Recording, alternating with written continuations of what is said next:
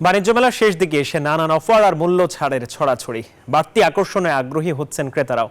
স্টলগুলোতে ভিড়ও চোখে পড়ার মতো।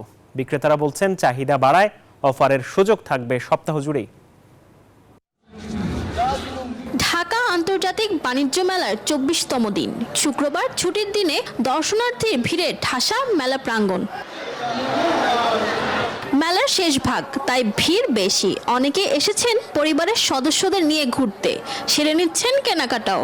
মেলা শেষে তো অনেক ডিসকাউন্ট থাকে, এখন দেখতেছি, দেখার পরে যেটা ভালো লাগে ওটা কিনে নিয়ে যাব। এটা আমাদের রেগুলার প্রাইসের থেকে 20% ডিসকাউন্ট দিচ্ছি। আমি যেটা কিনছি মাইক্রো ওভেন, এর সাথে 10টা আইটেম ফ্রি ছিল।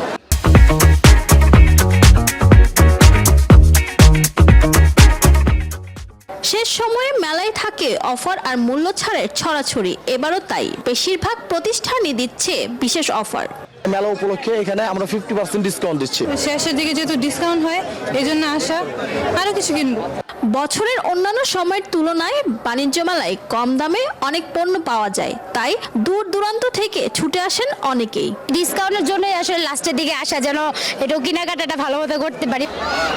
বাণিজ্য মেলার শেষ মুহূর্তে কেনাকাটায় ব্যস্ত ক্রেতারা। নানান অফার এবং মূল্য ছাড়ের মধ্য দিয়ে পণ্যের দাম এখন হাতের নাগালে। ক্রেতাদের চাহিদার কথা বিবেচনা করে বিক্রেতাদের দেয়া এই সুযোগ চলবে পুরো সপ্তাহ জুড়ে।